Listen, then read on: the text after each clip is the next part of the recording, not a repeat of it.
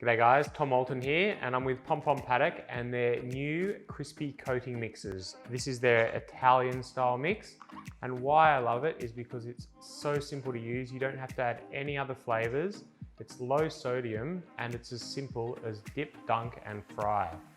We're gonna make some fish fingers and I've got some pinkling here, and we'll serve it with some tartar sauce, a nice little salad, perfect for a dinner party or just some snacks and a long lunch.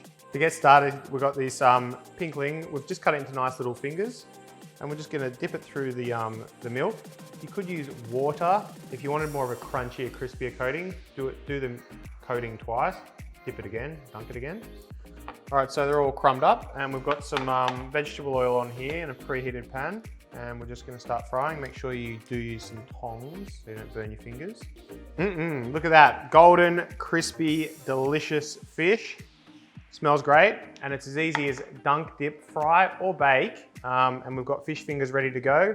I've made a little caper tartar sauce, and we're just gonna place the fish around. This is great for a little entertaining get together or at a dinner party, served with a nice little salad. Enjoy guys.